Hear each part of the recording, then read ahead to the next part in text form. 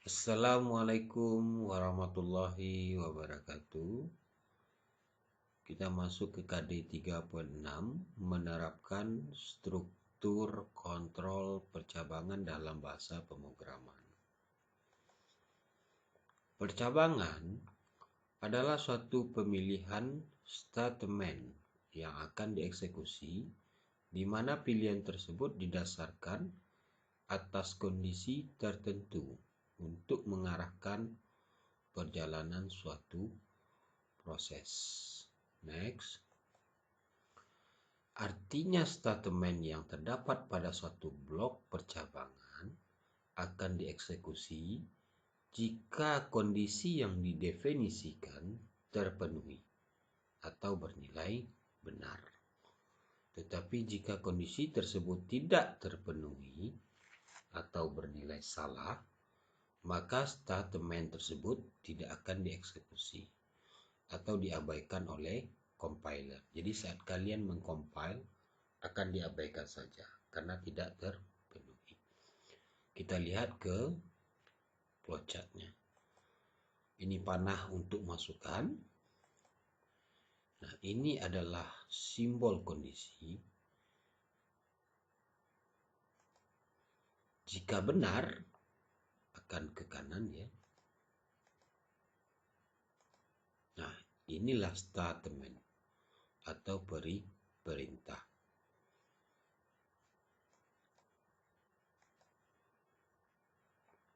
Nah, ini setelah perintah dikerjakan atau statement dikerjakan, dia akan terus ke bawah.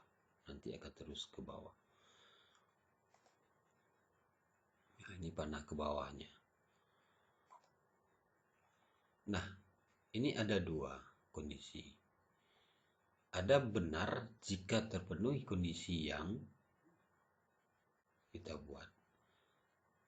Salah jika kondisi tidak terpenuhi. Nah, pada kondisi yang seperti sekarang ini contohnya, jika dia bernilai benar, maka ada perintah yang akan dikerjakan. Jika salah, dia akan terus ke bawah. Oke. Next.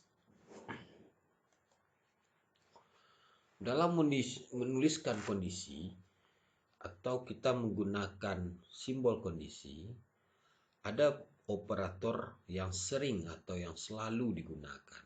Namanya adalah operator relasional atau relasi. Atau bisa dikatakan juga namanya operator hubungan. Yang digunakan sebagai sarana untuk melakukan proses pengecekan. Operator pertama adalah lebih dari atau besar dari, simbolnya adalah siku ke kanan, kurang dari, simbolnya siku ke kiri, sama dengan. Nah, ada simbol sama dengan tapi dua kali. Sama dengan. Artinya sama dengan. Tapi penulisan coding pada pemrograman, bahasa pemrograman, simbolnya diketik dua kali. Lalu ada lebih atau besar atau sama dengan. Siku ke kanan dan simbol sama dengan. Ada kurang atau sama dengan. Siku ke kiri dan sama dengan. Lalu ada yang tidak sama dengan.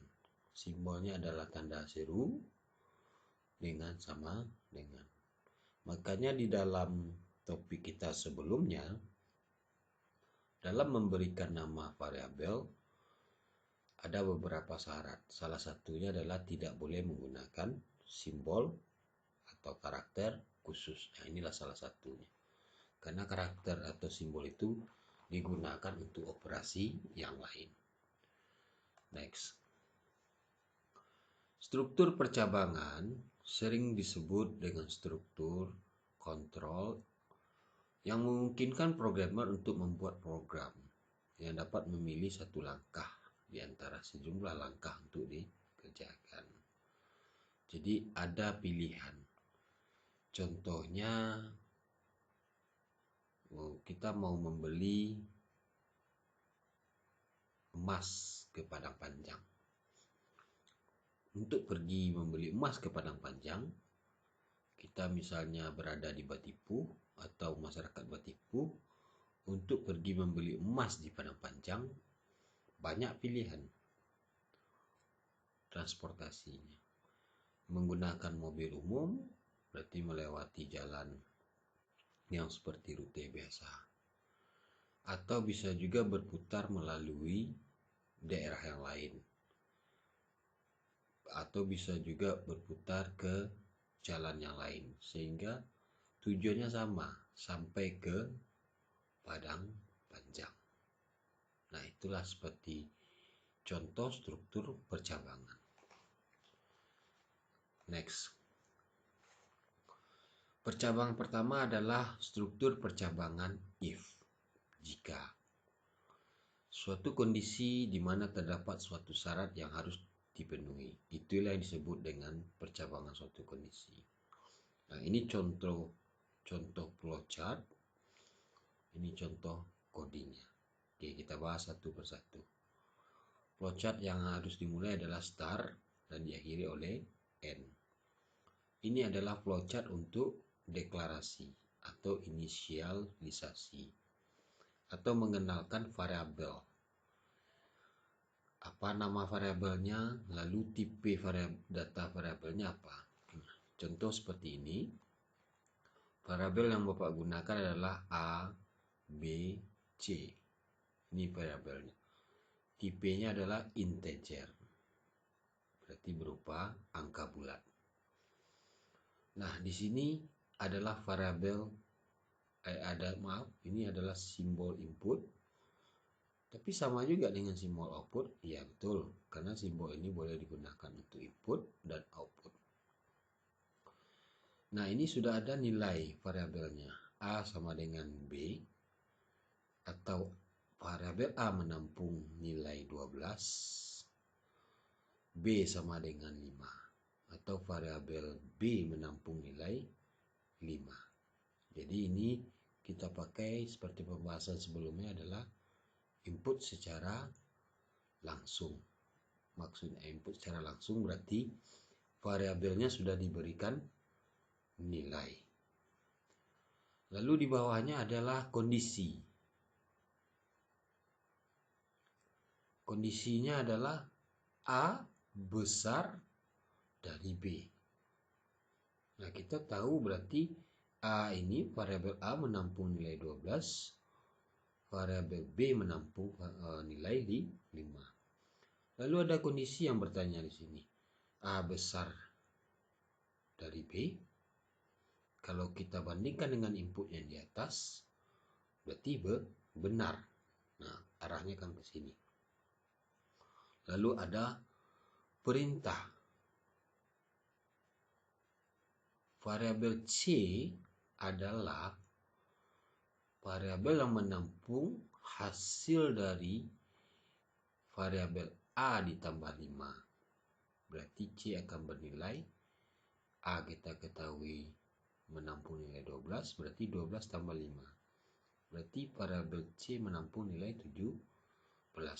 Setelah dikerjakan proses ini, dia akan langsung ke bawah. Nah, lalu dicetak. Berapa output C? Maka hasilnya nanti akan keluar 17 karena dia melalui proses yang lebih. Lalu program itu berakhir. Nah, inilah dikatakan percabangan if. Nah, ini codingnya. Hashtag include stdio.h, hashtag include conio.h, hashtag include iostream using namespace std. Nah, ini bagian programnya. Ini codingnya. Nah, ini int a b c. Nah, ini bagian deklarasi ini. Ini bagian input. Ini kondisinya kalau kita panahkan. Nah, kondisi ini jika benar dia bernilai, ada prosesnya. Nah, jika tidak benarnya, dia langsung cetak. Oke. Nah, Jadi di sini contohnya, jika kondisi ini tidak benar, dia diabaikan saja karena dia tidak ada proses yang akan dilakukan dan panahnya akan langsung ke bawah. Next. Struktur percabangan if else yang kedua. Berarti ada tidaknya. Jika tidak. Merupakan percabangan dengan suatu kondisi di mana terdapat dua kondisi yang akan harus terpenuhi. Tapi pilihannya salah satu. Benarnya ada kondisinya, salahnya ada kondisinya. Nah, ini kita bisa lihat pada flowchartnya. Dimulai start. Ini hampir sama dengan yang tadi, cuma ini bedanya tidak langsung. Kenapa? Karena kita menginput. Lalu ada simbol untuk deklarasi atau pengenalan variabel. Variabelnya sama dengan contoh tadi. A, B, C, tipe datanya integer. Lalu di sini tidak dibikinkan A menampung nilai 12, B menampung nilai 5. Tetapi cukup dibikin kode A, B. Ini bermakna nanti kita harus menginputkan. Jadi pada coding programnya kita harus membuatkan kalimat seperti ini. Nah, ini. Oke. Lalu di sini ada kondisi. A besar dari B. Jika ini benar, maka dia akan ke sini. Lalu disuruh ada prosesnya C sama dengan A tambah 5. Jika dia salah, ada lagi kondisinya atau perintahnya. C sama dengan A itu dikurang 5. Nanti akan keluar hasilnya. Cetak C yang mana? Kalau dia akan bergerak ke yang benar, maka C yang A tambah 5. Jika dia bergeraknya ke sebelah kiri atau salah, maka C yang dicetak itu adalah C A yang dikurang 5. Jadi tidak semuanya diproses. Tergantung aliran kemana. Jadi ini kita ibaratkan seperti keran air. Jadi kondisi ini keran air. Jika diputar dia ke sini atau ditutup dia ke sebelah kiri, maka air mengalir ke sebelah kanan. Nah, maka nanti akan bermuara dia ke sini, ke variabel C. Jika ditutup ke sebelah kanan, maka air mengalir ke sebelah C. Nah, gitu. Jadi yang akan diproses adalah A dikurang 5. Nanti juga bermuara di variabel C. Oke. Kita contohkan saja. Jika kita input nilai A itu 12 seperti contoh yang tadi, B itu kita input 5. Nanti ada kondisi di sini. A besar dari B, otomatis ya. Maka dia akan ke sini. Lalu ada proses perintah C sama dengan A tambah 5. A tadi kita input 12. Berarti 12 tambah 5. Maka C dicetak 12 tambah 5 jadi 17. Nah, berarti yang ini diabaikan. Yang dikatakan diabaikan. Nah, seandainya kita input A itu 12. Lalu B kita input 20. Ada kondisi di sini. Apakah A itu besar dari B? Atau secara inputnya tadi, apakah 12 besar dari B? Tidak, berarti salah. Berarti dia akan ke kiri. Lalu di sini ada perintah lagi. C, A kurang 5. Berarti A tadi mengandung atau memiliki nilai 12. Berarti 12 dikurang 5. Berarti hasilnya dicetak di sini. 12 dikurang 5 hasilnya menjadi 7.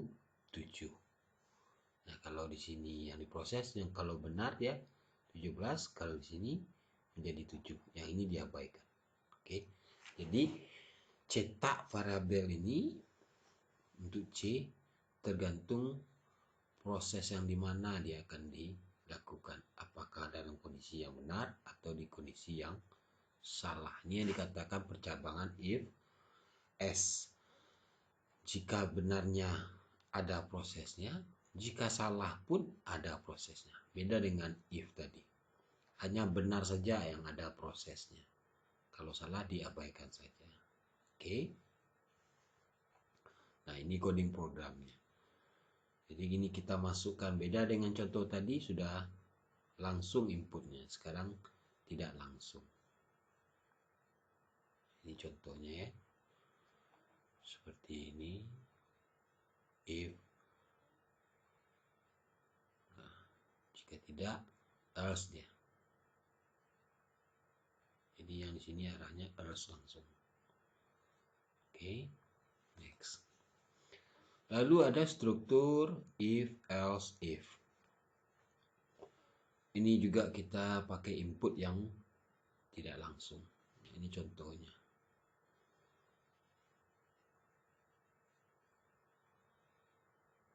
Start, lalu int, tipe data untuk variabel A, B, C, lalu inputnya tidak langsung A, B. Nah, di sini ada pertanyaan.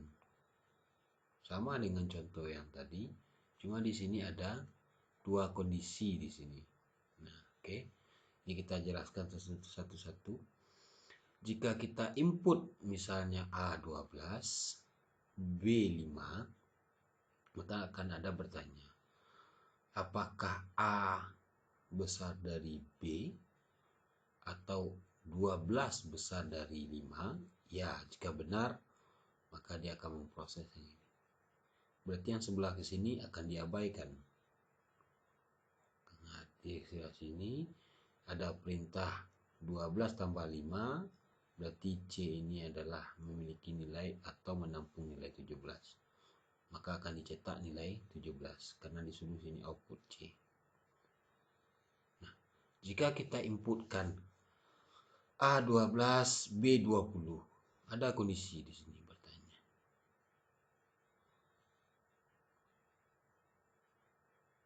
Apakah A ini besar dari B atau 12 besar dari 20? Tidak. Maka di sini dia akan ke posisi yang salah. Berarti ini diabaikan nih. Lalu di sini ada pertanyaan lagi. Apakah 12 kecil dari 20? Iya, dia akan ke sini. Ini prosesnya. A dikurang 5. False-nya diabaikan. Oke. Nanti dia akan cetak di sini. Berarti jadinya 12 dikurang 5, C bernilai 7. Nah, ini codingnya. Oke. Nah, ini yang agak lebih kompleks, yaitu struktur nested if. If yang tersarang. Di mana di dalam setiap if memiliki if lagi. Di setiap else memiliki else lagi. Ini contohnya.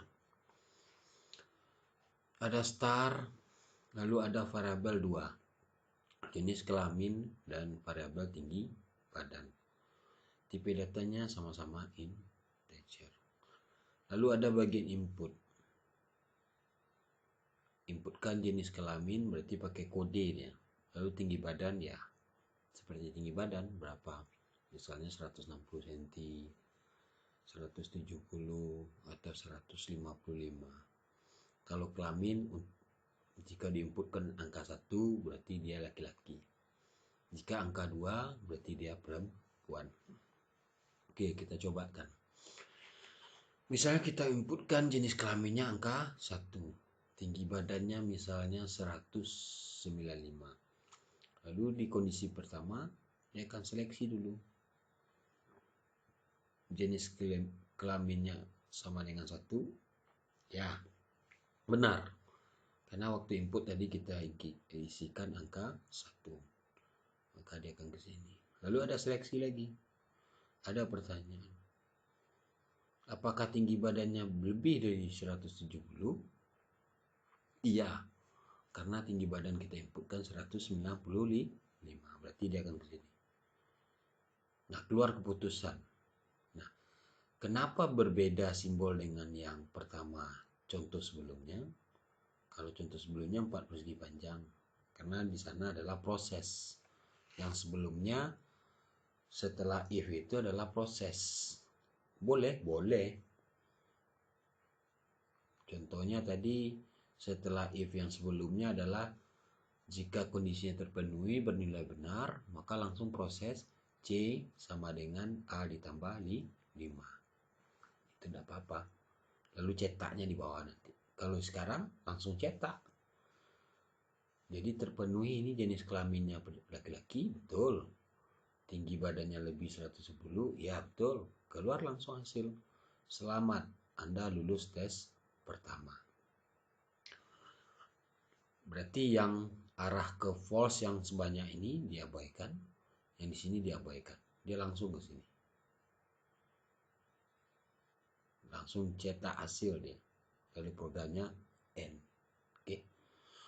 Nah, bagaimana dengan kondisi maaf tinggi badan dan segala macam? Nah, oke, kita coba. Misalnya kita inputkan jenis kelaminnya 1, angka 1. Tinggi badannya 160. Lalu ada kondisi di sini. Apakah jenis kelamin sama dengan 1? Ya, karena jenis kelamin kita input tadi angka 1. Nanti benar dia akan ke sini. Lalu bertanya, apakah tinggi badannya 170 lebih?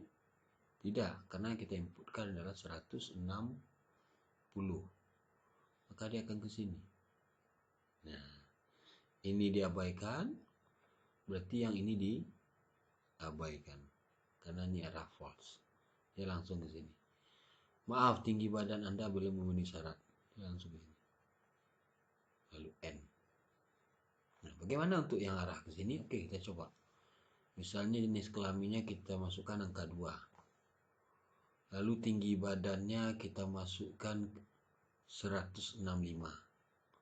Oke, lalu ada kondisi. Apakah jenis kelamin sama dengan 1? Tidak, karena kita inputkan adalah angka 2. Tinggi badannya 165. Maka akan langsung ke sini deh. Apakah jenis kelaminnya sama dengan perempuan atau angka 2? Iya, benar. Lalu ada pertanyaan. Apakah tinggi badannya lebih dari 70? Tidak, karena yang kita inputkan 165. Berarti ke sini dia. Berarti arah ini diabaikan, arah sini diabaikan, dan arah ini diabaikan. Yang akan diproses adalah ini. Maaf, tinggi badan Anda belum memenuhi syarat.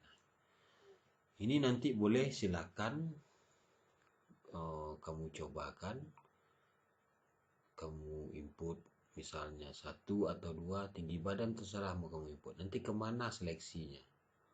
Jadi ini adalah program penyeleksi ya, penyeleksi jenis kelamin dan tinggi badan. Misalnya untuk ini tes masuk ke kepolisian. Nah, ini program contohnya yang simpel. Jadi dalam suatu kasus mungkin dia berharap ini jenis kelamin laki-laki dengan tinggi badan harus lebih dari 170. Itu yang akan diterima. Maka lolos tes pertama. Lalu untuk perempuan minimal itu tinggi badannya adalah juga 170. Baru dia lolos. Oke, paham ya? Next, ini kita lihat contoh programnya. Oh, perempuan tadi di sini di coding 160 saja sudah lulus deh. Kalau di flowchart 170. Oke. Ini menyesuaikan saja. Berapa kita tetapkan? Ini coding yang kita buat. Ini variabel, jenis kelamin, tinggi badan. Lalu ini ada tampilan. Kode 1 untuk laki-laki, kode 2 untuk wanita. Lalu enter. Masukkan kode jenis kelamin. Nanti yang kita ketikkan ditampungkan di variabel, nilainya ditampung di variabel jenis kelamin. Masukkan tinggi badan, nanti akan ditampung nilai di tinggi badan variabelnya. Lalu ada pertanyaan seperti flowchart. Nah, jika kalau kalian pemula untuk membuat sebuah coding dari menyelesaikan sebuah kasus tanpa flowchart, nah kalian akan bingung sendiri. Nah, langsung ketik-ketik seperti ini akan bingung. Makanya flowchart itulah pembantu kalian. Perbedaan dari yang sebelumnya adalah di dalam if ini terlalu banyak kurung kurawalnya. Makanya Bapak kasih warna ini. Karena if yang pada contoh yang sebelumnya, dia di dalamnya tidak banyak, tidak majemuk. Ini sudah banyak. Contoh ini, if, lalu di dalamnya ada if, di dalamnya ada cout, di dalamnya ada else, ada cout lagi. Nah, makanya Bapak kasih kurung kurawal. Berarti kurung kurawal ini mengatakan ini bagian if saja di dalam. Kenapa? Yang tercabang seperti tadi. Lalu else-nya ini. Nah, ini kurung kurawal ini ada warna yang sama. Ini biru dengan yang ini hijau dengan yang ini, ini yang kuning dengan yang ini. Oke. Hampir sama dengan ini bentuk codingnya, yang tadi bentuk flowchartnya. Jadi kalian boleh cobakan nanti seperti pertemuan kita sebelumnya pada KD 3.2 instalasi aplikasi. Kalian boleh cobakan di program CPP Android, ketikkan, hati-hati mengetiknya. Karena pada awal jangan menggunakan huruf besar. Nah, if-nya, variabelnya hati-hati. Ketik persis seperti ini, maka jika kalian compile akan berhasil dia. Lalu setelah berhasil di compile, dia akan run. Nah, kalian boleh cobakan. Oke, silakan.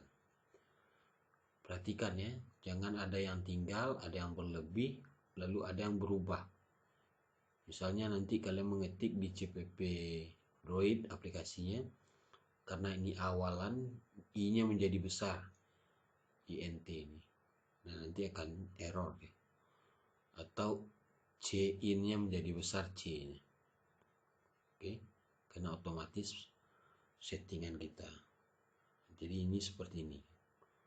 Insya Allah dia berhasil ini karena sudah Bapak cobakan. Oke, next. Kita masuk ke percabang berikutnya adalah switch case default.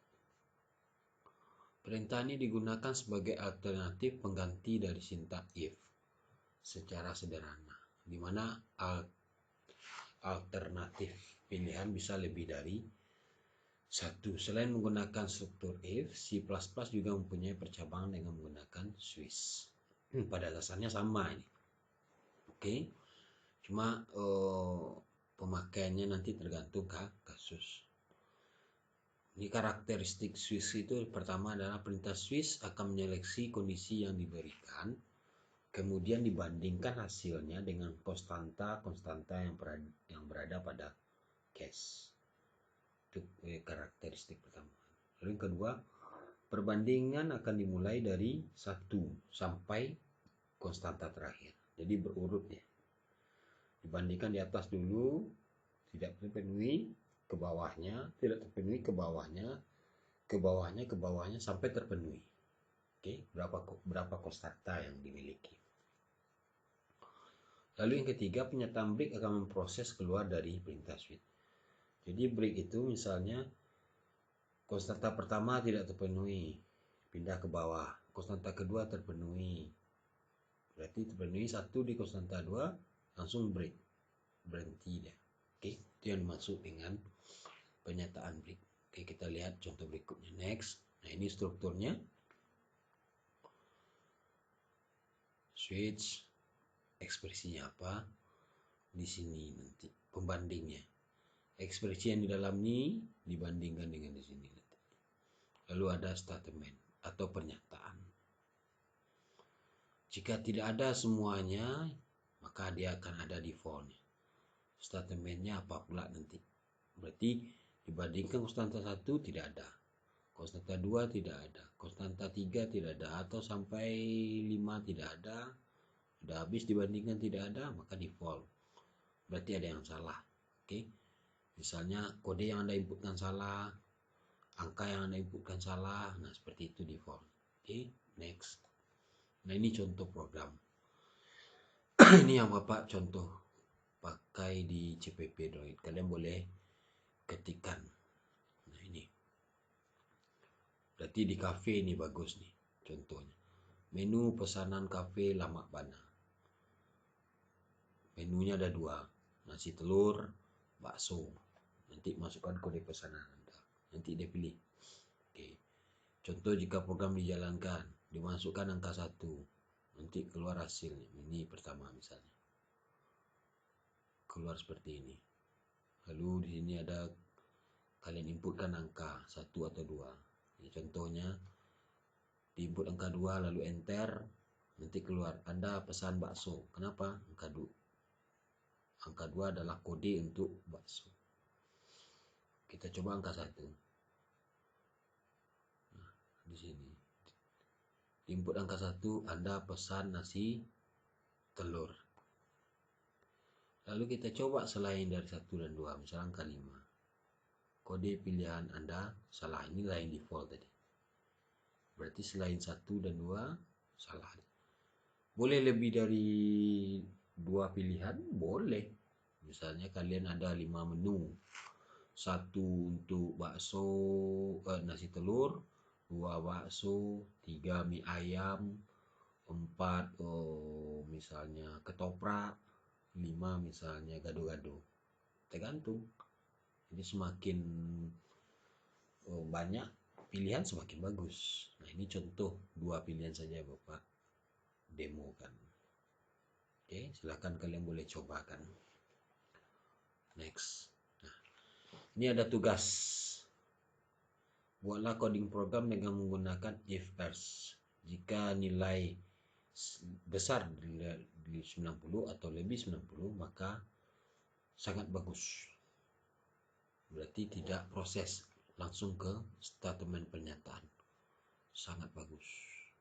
Variabelnya terserah menampung sangat bagus ini apa yang kalian bikin ke variabel. Predikat boleh, atau label boleh. Oke. Jika nilai besar 80, bagus saja.